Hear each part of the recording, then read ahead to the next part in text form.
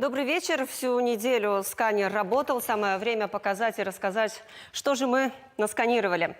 Итак, тема номер один на этой неделе, конечно, санкции США против политиков-олигархов Влада Плохотнюка и Илона Шора. Впрочем, не только. Еще и группа российских политтехнологов тоже есть в санкционном списке. О попытках приезжих консультантов и ФСБ сместить с президентского поста Майю Санду, о молдавском отделе в Кремле и о дружбе бывшего президента Игоря Додона с сыном экс-генпрокурора России Игорем Чайкой. Об этом и, конечно, не только. Поговорим с журналистом-расследователем Райс Молдова Владимиром Тхориком. Украина. Всю неделю мы отслеживали, что происходит на линии фронта и на политических фронтах. С нами на связь выйдет советник главы Офиса президента Украины Михаил Подоляк. Ну и, конечно, энергокризис. Об этом тоже поговорим. Ну что, Андрей, начнем? Поехали. Итак, Соединенные Штаты, санкции, Владимир Плохотнюк, лидер партии Шор, Илон Шор. Теперь все их активы заморожены, въезд им запрещен. Впрочем, в санкционном списке не только они, но значится и супруга Илона Шора Сара Шор. Мы ее знаем под сценическим псевдонимом Жасмин. Конечно. И что важно, Чайка, сын бывшего генпрокурора России. Вот.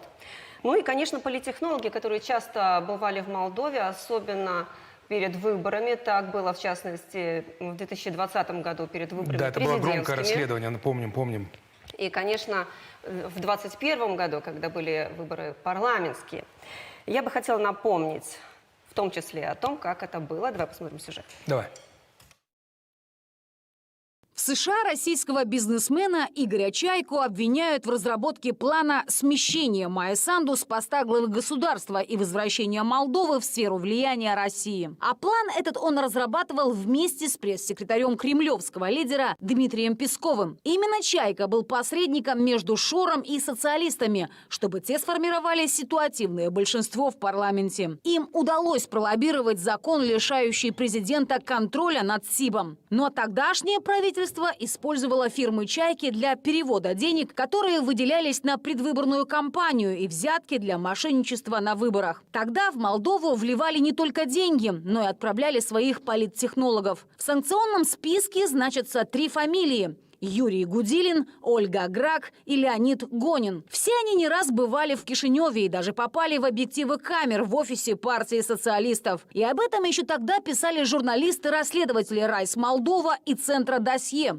Между тем, в Управлении контроля иностранных активов Минфина США отмечают, что все попытки повлиять на исход выборов в 2020 и 2021 годах провалились. Но от планов своих в отношении Молдовы Кремль не отказался до сих пор. Методы используют уже привычные – фейки, дезинформация и другое политическое оружие, цель которого – дискредитировать власть и добиться ее смены. То, что Игорь Чайка – друг бывшего президента Игоря Додона, не секрет. Да и сам почетный лидер социалистов этого не скрывает. Вот и сейчас, комментируя введение санкций, подчеркнул: да, Чайка мой друг, да, приезжал в Молдову и на собственные средства отремонтировал музей Пушкина и участвовал в освобождении молдавских пилотов, которые попали в плен в Афганистане. В числе тех, кто пользуется кремлевской поддержкой, глава Кабмина, сославшись на выводы США, назвала и партию столичного мэра Иона Чибана. В списке попавших под санкции указаны и те, кто получал незаконную финансовую помощь во время предвыборных кампаний. Помощь, которая на самом деле позволяла воровать голоса граждан. Игорь Додон и движение национальной альтернативы. Игорь Додон и Мишкarea de Alternativă Națională. В ответ градоначальник заявил о намерении подать в суд и на правящую партию, и на журналистов. Между тем, Минюст готов вернуться к рассмотрению вопроса о ликвидации партии Шор. Я уже говорил, что политическая партия может быть ликвидирована, если незаконность ее деятельности будет доказана уголовным расследованием, завершившимся обвинительным приговором. Думаю, после этого решения можно вернуться к этому вопросу. По словам Литвиненко, Илон Шор сейчас находится в Израиле, а Влад Плохотнюк на Северном Кипре. Власти намерены добиваться их экстрадиции и привлечения к ответственности. Те, кто знаком С расследованием Кремлинович вряд ли были шокированы. Благодаря журналистам «Райс Молдова» и Центру «Досье», которые раскопали все это еще 2 года назад. Обязательно поговорим подробно об этом с Владимиром Тхориком. Но прежде, Андрей, вопрос тебе. Мы, наверное, все удивились как раз вот другому появлению опять на политической арене Влада Плохотнюка. Как говорит Киселев, совпадение? Не думаю. Что это было? Или что будет? Ты знаешь, это очень интересный момент. Дело в том, что, как утверждает «Трибуна», интервью им прислали неделю назад. То есть, получается, до объявления Госдепом вот всех этих санкций. И тут такое впечатление, что американцы решили сыграть на опережение, когда, возможно, они знали о готовившемся этом интервью. Но сам факт, вот то, что он собирается появиться, на самом деле есть такая версия, что это всего лишь создание себе политического алиби. Дескать, я политик, я участвую в политической жизни, меня преследуют поэтому. Поэтому меня пытаются экстрадировать с Кипра и так далее. То есть, может быть, никакого появления и не будет. Но не исключено, что все-таки он действительно попытается вернуться, потому что, на самом деле, а что ему еще делать? То есть у нас, получается, будут 2 политика-фрилансера, так скажем, да? Ну, не 2. У нас есть еще в Лондоне целая диаспора. Ковкалюк и Платон. Так что есть у нас много таких товарищей. Ну, такие времена у нас. Хорошо, Владимир, вопрос тебе. 2 года назад ты говорил о влиянии Кремля на выборы в Молдове. Но только теперь с введением санкций американских всем стало понятно, что действительно вот Москва делала все для того, чтобы сместить с президентского поста Майю Санду. Как так получилось, что власти Молдовы и прежде всего Генеральная прокуратура все эти 2 года закрывала глаза на доказательства, которые были в Кремлиновиче? Ну, мы помним, какая декларация была принята парламентом еще после бегства Плохотнюка. Декларация о захваченном государстве. То есть была принята декларация о захваченном государстве, когда было констатировано политически, что все органы власти, медиа, большинство медиа принадлежат определенной группе ОПГ Плохотнюка. Потом открыли, вернее, до этого еще было открыто уголовное дело, кстати. Так и называется оно ОПГ Плохотнюка. В Румынии оно было открыто, потом передано в Молдову, и пока Плохотнюк был у власти, это дело мариновалось. После бегства Плохотнюка, разумеется, ну, то есть это вот о захваченном государстве начали говорить открыто, и уже власти, которые частично были, ну вот партия Санду частично была у власти. Вот, и что? Где фигуранты захваченного государства? Они себе спокойно сейчас, кто-то работает в прокуратуре до сих пор, кто-то не работает в прокуратуре, но ездит, кто-то выступает на телеканалах. То есть люди, которые входили в ОПГ Плохотнюка, они не привлечены к ответственности. Соответственно, если американцы утверждают, что и Плохотнюк, и Шор, они агентура Кремля. Ну, также американцы утверждают, согласно мотивировочной части о введении санкций. Получается, что 10 лет Молдову грабила агентура Кремля под флагами Евросоюза. Если это логика, это следует по логике американцев. То есть если Молдову грабила агентура Кремля, тогда, ну вот пусть заводит уголовное дело. Ну сейчас вот, как говорится, американцы дали власти Санду, которые смотрят в рот американцам, дали, ну, скажем так, карт-бланш, пожалуйста, на лицензию на отстрел, грубо говоря, на отстрел, условно, на привлечение к ответственности всех фигурантов ОПГ Плохотнюка, потому что, согласно и материалам уголовного дела, которые мы некоторые видели, я знакомился более с несколько десятков частично материалов уголовных дел по ОПГ Плохотнюка, там в это ОПГ входит и, ну, отдельно группа Шора. Ну, согласно молдавскому следствию, я говорю, я сейчас не для себя говорю. То есть группа Шора входит, да, в группе Шора есть десятки людей, которые адвокаты, бизнесмены, которые обеспечивали инфраструктуру, до сих пор обеспечивают инфраструктуру по проведению митингов в Молдове. То есть эти люди, ну, то есть, во-первых, ну, судя по тому, что мы видим на митингах, они спокойно ходят, и никто их не привлекает к ответственности. Известны эти люди все?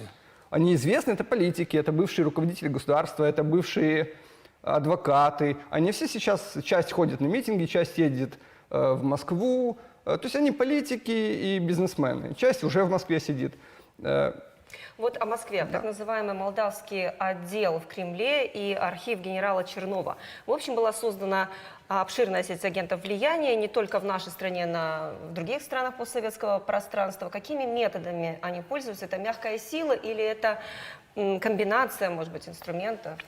Ну, мы в понедельник выпустим расследование, вот буквально завтра, где еще раз напомним, что еще до 2020 года сами россияне, то есть в Кремле, в Генштабе, в Генеральном штабе России был отчет, который попал в наше распоряжение. В этом отчете говорилось однозначно, недвусмысленно, что основным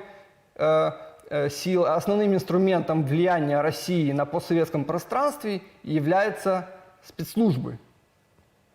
И поэтому нужно изменять подход. Вот приводили примеры американцы, европейцы, что западники, в общем, используют НПО. И вот давайте вот мы будем использовать для мягкой силы и НПО, изменим отношение к этому.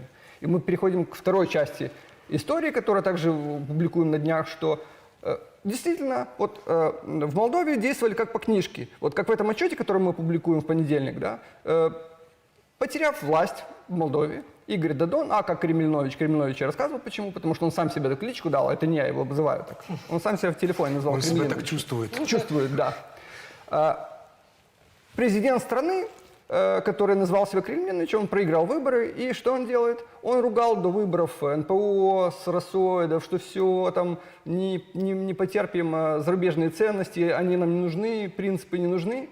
Он уходит с должности президента и открывает первым делом что? НПО. По связям с Россией что-то там. Молдо-Российский деловой союз, куда россияне начинают закачивать денег. А деньги он до сих пор продолжает получать? По нашим данным, мы не можем утверждать точно, но вот мы расскажем и в расследовании, в ближайшие дни, в одном из расследований, что деньги в молдавское НПО Додона россияне отправляли как до войны, так и после войны. Несколько траншей было, в общей сложности где-то около... у нас есть документы на $300 тысяч. Это, Владимир, это те деньги, вот сейчас вышла статья на днях в Вашингтон-Пост о том, что он там получает 40 с чем-то тысяч в месяц. Нет, Вашингтон-Пост где-то непонятно откуда эти суммы взяла. То есть у нас другие суммы. А вы не думаете, что у них может быть какой-то слив из ЦРУ, там что-то такое? Вы вообще ознакомились с той статьей? Как вы ее видите? Изначально это расследование мы планировали вместе с Вашингтон-Пост. Там возникли некоторые моменты. В общем, мы решили, что мы сделаем свою историю вместе с Центром досье, с которыми у нас есть уже опыт расследования в 2020 году влияния администрации президента России на Молдову. А Вашингтон-Пост пусть все делает то, что делают, там свои сливы, пусть публикуют. У нас есть документы, мы нашли самостоятельно много интересной фактуры и по Приднестровью, и мы расскажем про того, как вообще лица покажем людей, которые курируют Молдову от Федеральной службы безопасности, ФСБ. Это генералы, они приезжали и в Молдову незадолго до войны, некоторые из них приезжают регулярно, под дипломатическим прикрытием, то есть никто их не тормозит. Это все будет в вашем материале? Это все будет в материале. Мы зря его позвали на этой неделе. Надо было на следующей неделе, чтобы обсудить этот материал. Мне как раз в аппаратной говорят, что у нас время на разговор заканчивается. Ты хотел задать вопрос по поводу нашего градоначальника. Да, я хочу спросить по поводу Чебана. Вот этот сейчас скандал, когда он обвиняет, что типа, и американцы не правы, я никакой не пророссийский, и Гаврилица, и все остальные. Все-таки Чебан имеет связь с Россией или нет? Есть. И, кстати, он или Иван? Как он себя чувствует, не знаю, как он себя чувствует. В последнее время Иваном. Так тренд. Да. Какой тренд, да. Придут русские, станет Иваном. В смысле, если Молдову оккупируют. Кстати, мы расскажем и о планах. У России есть несколько сценариев оккупации, захвата Молдовы. Супер интересно. Там документы есть. В общем, будет о чем тресанных сценариев, да.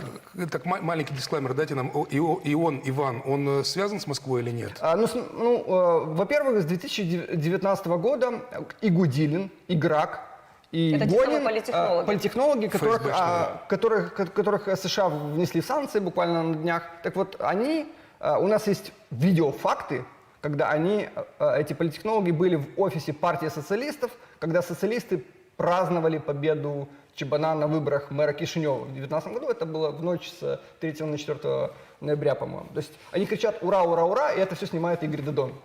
И съемка Игоря Додона мы еще публиковали в 2020 году. Я спрашивал неоднократно у Иона Чебана, что его связывает с Юрием Гудилиным, которого американцы назвали связанным с ФСБ. Он мне не отвечал. Более того, мы наблюдали внимательно, как он реагирует на вопросы других журналистов. Допустим, журналист «Спутника» также задал ему вопрос, что вас связывает с Юрием Гудилиным, зачем вы с ним встречались. У нас есть факты многократных встреч Гудилина встреч. То есть не просто то, что Гудилин был в офисе партии социалистов, когда праздновали победу Чебана, то, что они встречались вместе, что-то обсуждали. И на что мне Чебан ответил, не мне, а коллеги из «Спутника», что у нас много людей бывает в партии. Да, мало ли с кем встречают. Жутко интересно. Мы обязательно еще вернемся к этой теме, может быть, даже на следующей неделе. Я думаю, это будет бомба. Всему, да? Хорошо, спасибо, Владимир, большое. Спасибо вам.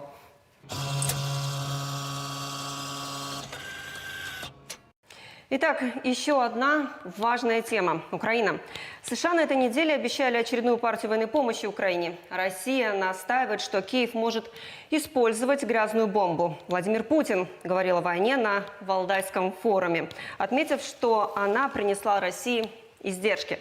Обстрелы украинских городов продолжаются. По всей стране веерное отключение электроэнергии вследствие разрушения инфраструктуры. Вот обо всем этом поговорим с советником президента Украины Михаилом Подоляком, который с нами уже на связи. Михаил Михайлович, здравствуйте. Да, добрый день. Добрый день. Большое спасибо, что нашли время, возможность присоединиться к нам. Вы частый гость на Молдова-1, за что вам отдельное спасибо. Очень важно сейчас получать информацию. На самом деле я очень люблю, поэтому я считаю, это одна из красивейших стран, которая рядом с нами находится. Михаил Михайлович, я начну с вопроса, который нас, конечно, сейчас всех очень волнует. Мы активно обсуждаем эту тему. И касается на санкций, которые были введены на политиков-олигархов Плохотнюка и Шора. Я знаю, что вы отслеживаете ситуацию в Молдове в том числе. И вот такой вопрос. США, когда вводили санкции против этих людей, они, я процитирую, говорили, что их обвиняют в коррупции, участии в глобальной кампании влияния России, направленной на манипулирование США, их союзниками и партнерами, включая Молдову и Украину. Вот в Молдове таким агентом Кремля является Илон Шор. А как в Украине вот эти попытки влияния Москвы на внутреннюю политику после Майдана, они продолжались? Это очень серьезная симптоматика. И я бы на месте Молдовы очень внимательно обращал внимание на то, что говорят наши американские партнеры. Да, действительно, более того, сегодня Вашингтон-Пост вышел с большой объемной статьей по поводу того, что господин Шор может иметь отношение к попытке готовящегося политического переворота в Молдове.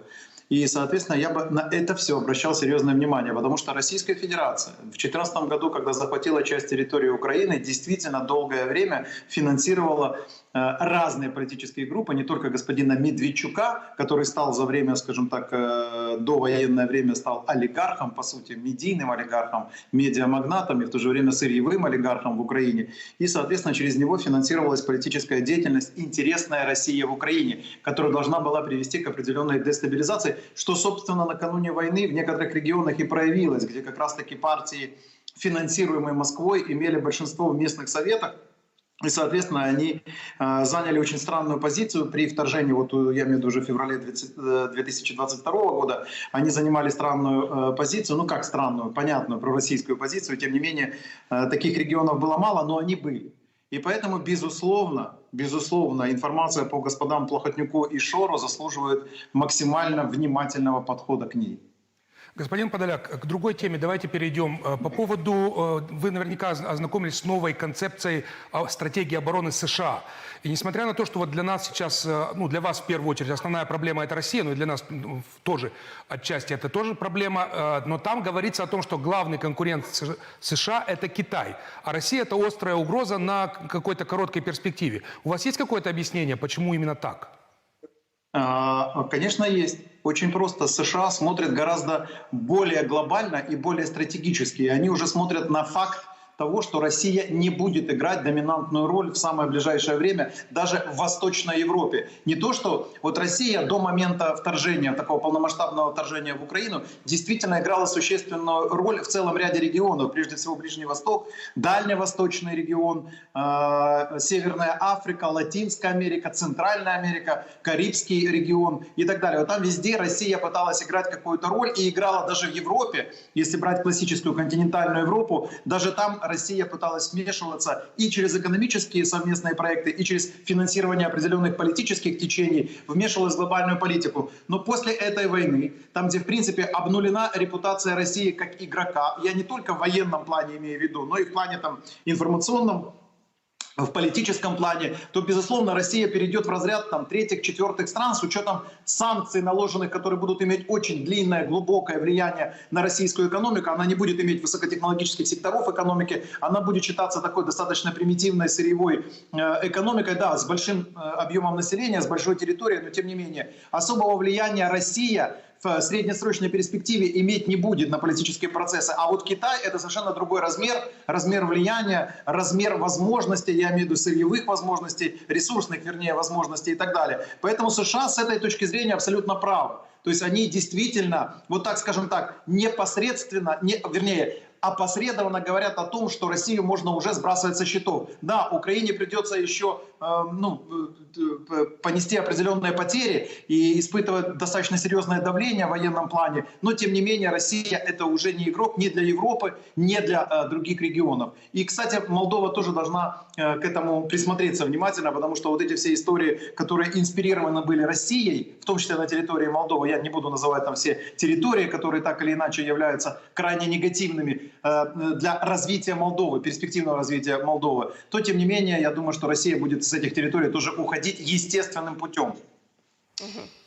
Михаил Михайлович, генсек НАТО отметил, что удары российской армии по украинским городам хаотичны, а это признак того, что Путин терпит поражение. Но все же считает, что большинство войн заканчиваются так или иначе за столом переговоров. Вот пока даже такой перспективы не видно. Хотя президент России не намекает уже даже о том, что он бы хотел этих самых переговоров. Международные партнеры будут давить на Украину? Господин Путин не намекает, а умаляет о переговорах. Ему нужна оперативная пауза в войне. Он хочет получить какой-то промежуток времени для того, чтобы провести апгрейд своей армии. Ну вот это все мобилизованный поток, хотя бы двухмесячную тренировку провести. Попробовать построить на оккупированных территориях фортификационные сооружения. Обеспечить какой-то фактический контроль оккупационной армии. Там, для того, чтобы в принципе как-то попытаться с других позиций разговаривать с Украиной там, через 2, 3, 4 месяца, то есть после зимы.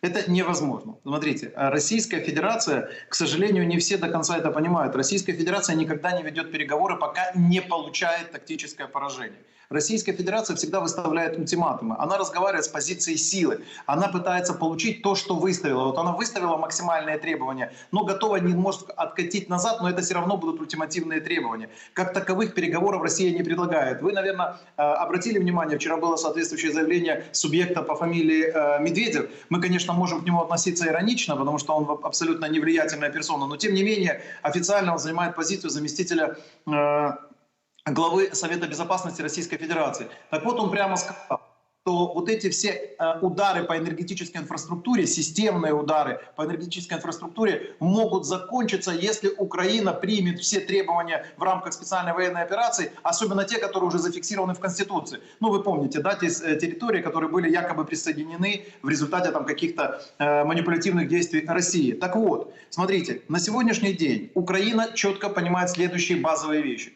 Любая новая линия разделения – это только продолжение конфликта. Любое временное перемирие – это только возможность России провести накопление дополнительных ресурсов. Вот, грубо говоря, получить у того же Ирана не только дроны, но и баллистические ракеты. И, соответственно, это следующий этап войны в феврале-марте следующего года.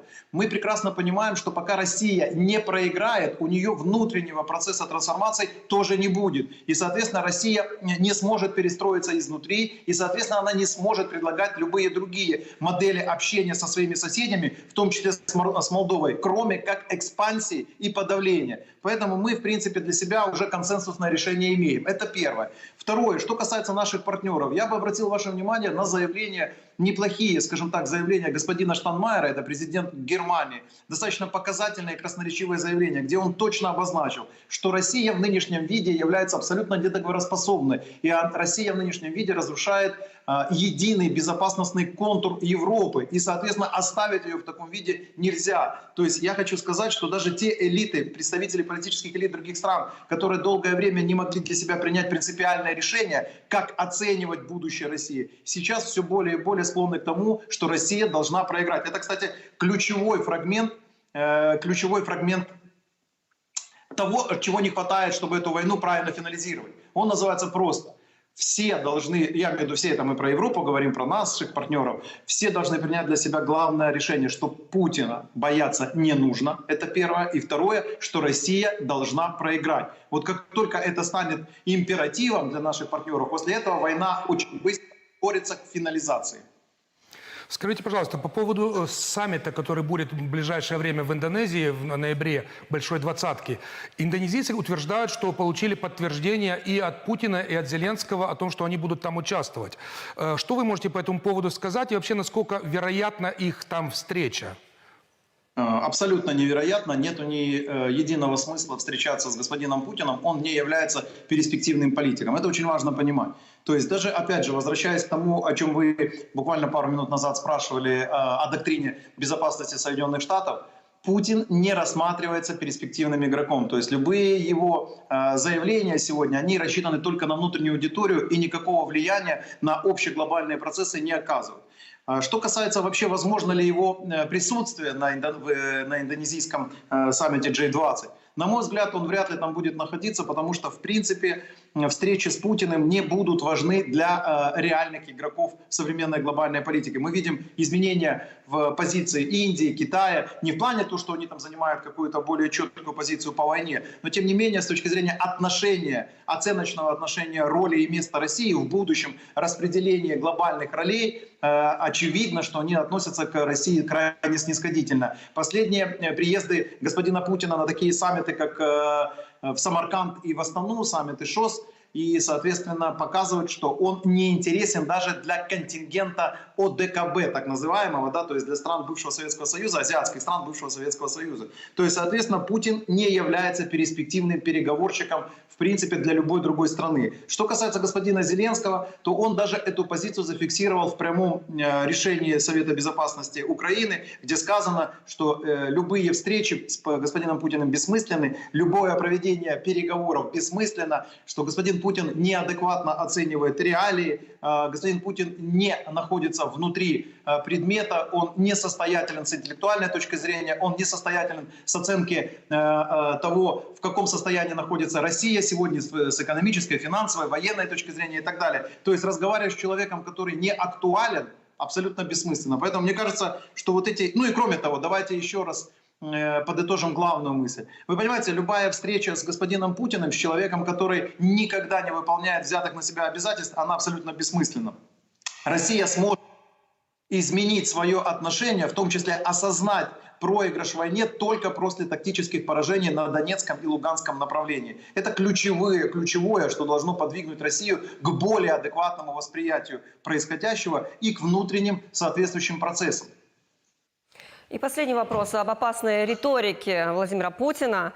Об этом говорил и генсек НАТО, и Джо Байден. Вот глава Белого дома вообще не недоумевает. Если Путин не собирается применять ядерное оружие, зачем он об этом постоянно говорит? Вот опять же, на Валдайском форуме речь тоже об этом зашла. Михаил Михайлович, зачем действительно? Ну, на Валдайском форуме Путин продолжал воевать с НАТО. Да, то есть, и вообще практически осталось, мне кажется, полшага до того, как он скажет, что это НАТО напало на Украину, а Россия Украину защищает. Еще раз, смотрите, давайте серьезно оценивать то, что говорит субъект, который не является реально действующим политиком. Он является иллюзионистом, который сам придумал какую-то иную реальность, в которой какие-то события происходят. Смотрите, все очень четко. Российская Федерация в течение 8 лет провоцировала Украину. Российская Федерация в феврале 22 года зашла на территорию Украины. Российская Федерация захватила часть территории и после этого начала проигрывать конвенциональную войну. То есть, грубо говоря, Россия проигрывает Украине. После этого Россия в нарушение договора о глобальном ядерном сдерживании, в нарушение договора о нераспространении ядерного оружия начало угрожать не ядерной стране ядерным оружием. Соответственно, это свидетельствует о нескольких вещах, очень важных, которые должны понимать и мы, и вы, и, соответственно, другие страны, особенно ядерные страны. Первое. Россия практически своими заявлениями убивает вот эту доктрину ядерного нераспространения, ядерного сдерживания. То есть любая страна может сегодня понять, что единственная защита – это, соответственно, пойти на черном рынке купить элементы ядерной бомбы или ядерные технологии. То, что, собственно, делают нестабильные политические режимы все это время. И таким образом Россия может обнулить систему ядерной глобальной безопасности и спровоцировать очень тяжелые последствия. И страны это понимают. Второе. Россия таким образом дает понять, что она не может противостоять Украине обычным оружием, потому что любые виды оружия, кроме оружия массового поражения, в войне против Украины уже использованы. И, соответственно, Россия демонстрирует свою слабость с войсковой точки зрения. И, соответственно, Россия доказывает, что она может проиграть эту войну. И, наконец, третье. Россия бравирует ядерным оружием, потому что, в принципе, слабые люди всегда пытаются бравировать запрещенными приемами, которые они будут использовать в случае, если вы их поставите на место. На мой взгляд, господин Путин просто пытается всех психологически пугать. И какое-то время, давайте объективно, какое-то время, особенно в первые моменты, когда он начинал говорить о возможности применения тактического ядерного оружия, или когда были разговоры вокруг возможности использования Запорожской атомной электростанции в неправильных, в немирных целях. Действительно, это сильно шокировало наших европейских партнеров. Действительно, все начинали говорить об этом. Давайте все-таки, может быть, что-то там отдадим России для того, чтобы они перестали вот это угрожать. На сегодняшний день мы видим резкое снижение риторики. Мы понимаем, что партнеры в неформальных коммуникациях России объяснили, что в рамках договора об этом ядерном глобальном сдерживании будут нанесены соответствующие симметричные удары, потому что нельзя позволить одной стране использовать ядерное оружие. Это, соответственно, все обрушает, как я уже об этом говорил.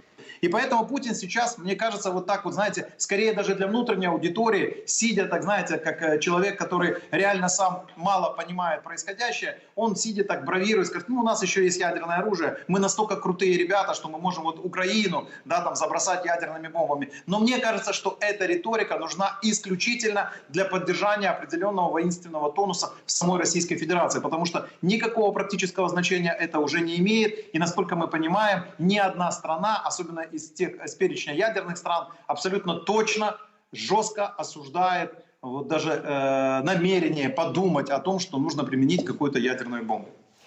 Понятно, расставили точки. Спасибо огромное за интервью. Спасибо. Спасибо вам. До свидания.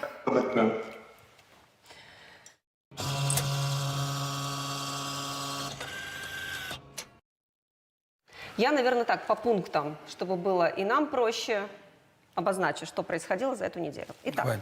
в Молдове дефицит электроэнергии за сокращение поставок Кучурганская ГРЭС.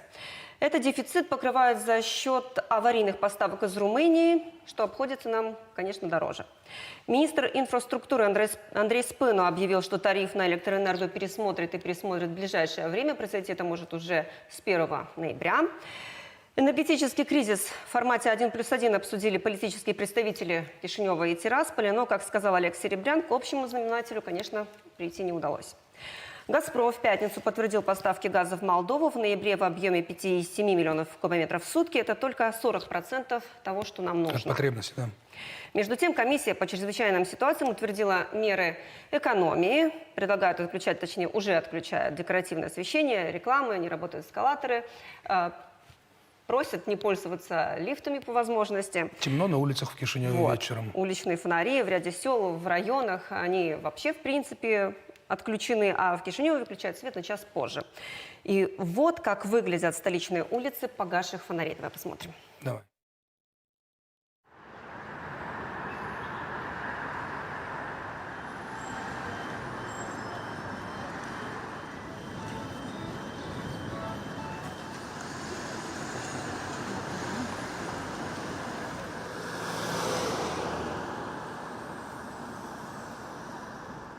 Плохо.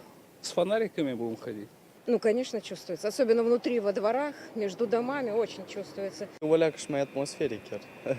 Deci personal nu văd o problemă, adică chiar dacă este lumină sau nu, mai ales prin centru, circulă mașini, magazine multe și cred că nu joacă așa de mare rol o lumină aprinsă cu o oră mai târziu sau cu o oră mai devreme, cred. Eu sunt de acord, după 30 de ani, să mă abțin de aceste 3 ore seara, fără lumină, ca să pot, în sfârșit, să mă simt în Republica Moldova sau în Chișinău, să ne simțim liberi.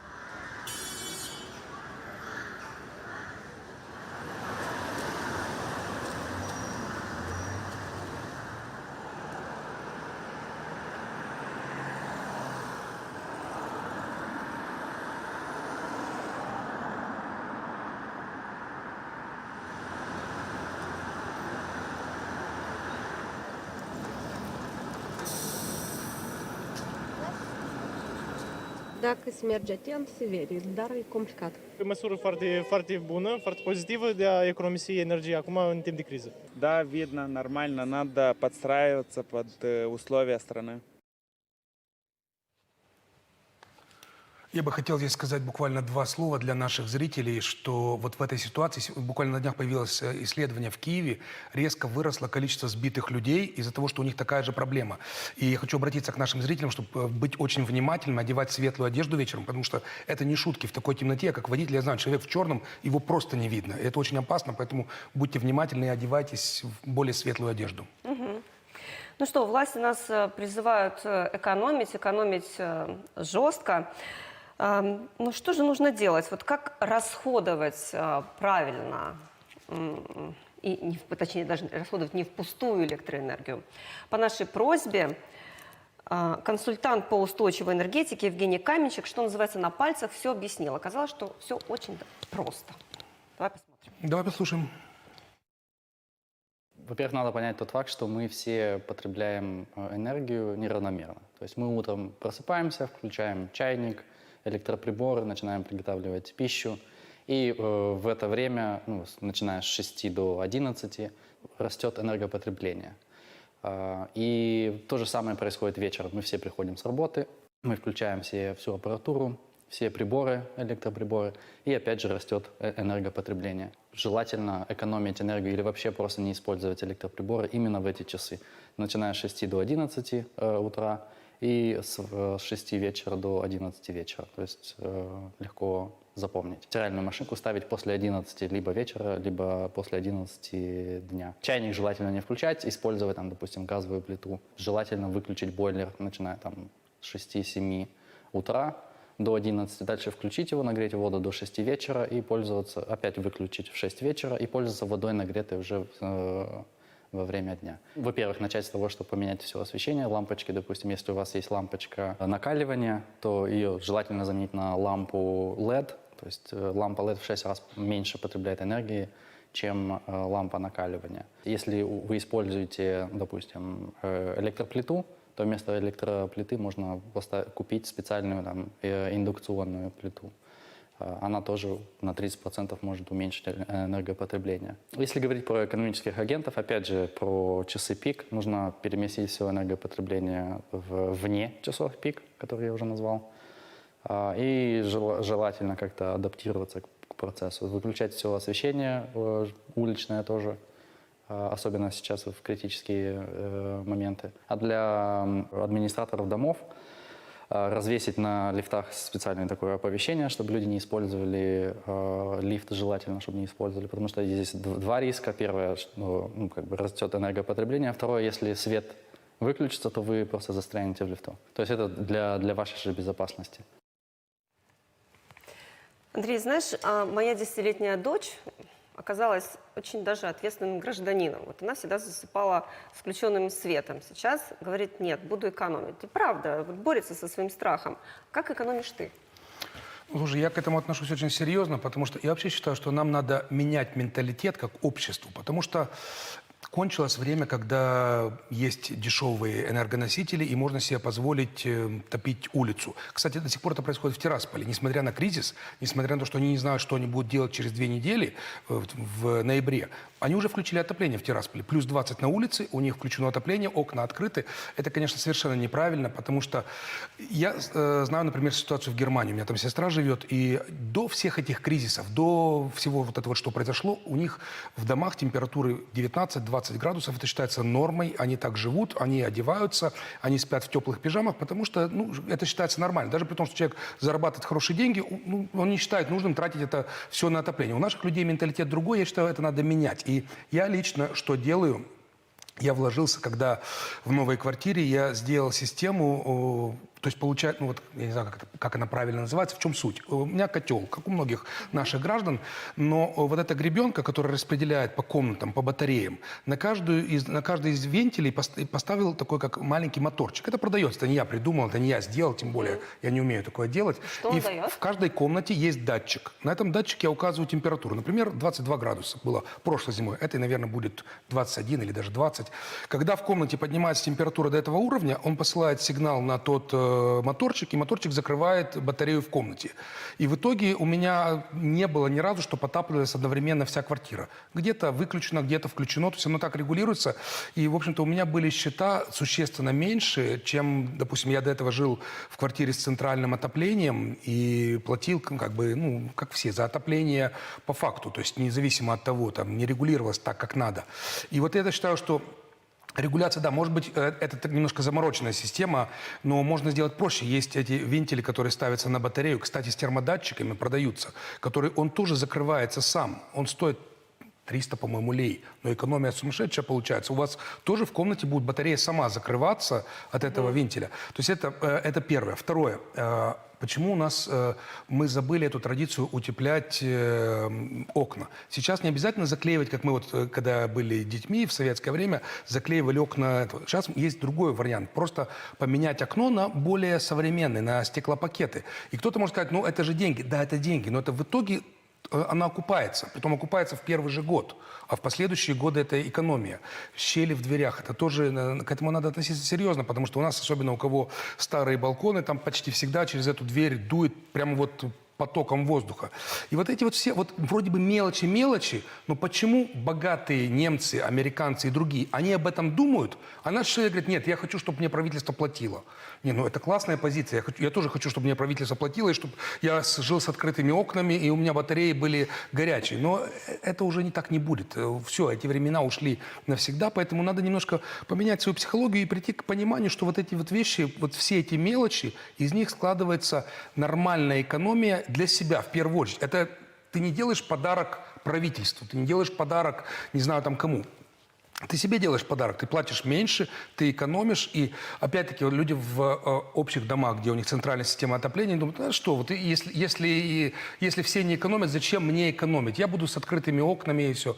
Но это же у нас должна быть коллективная ответственность, чего, к сожалению, в нашем обществе вообще почти нет. Это, кстати, было пару лет назад в Киеве. Они вышли с тепловизорами вечером и снимали дома.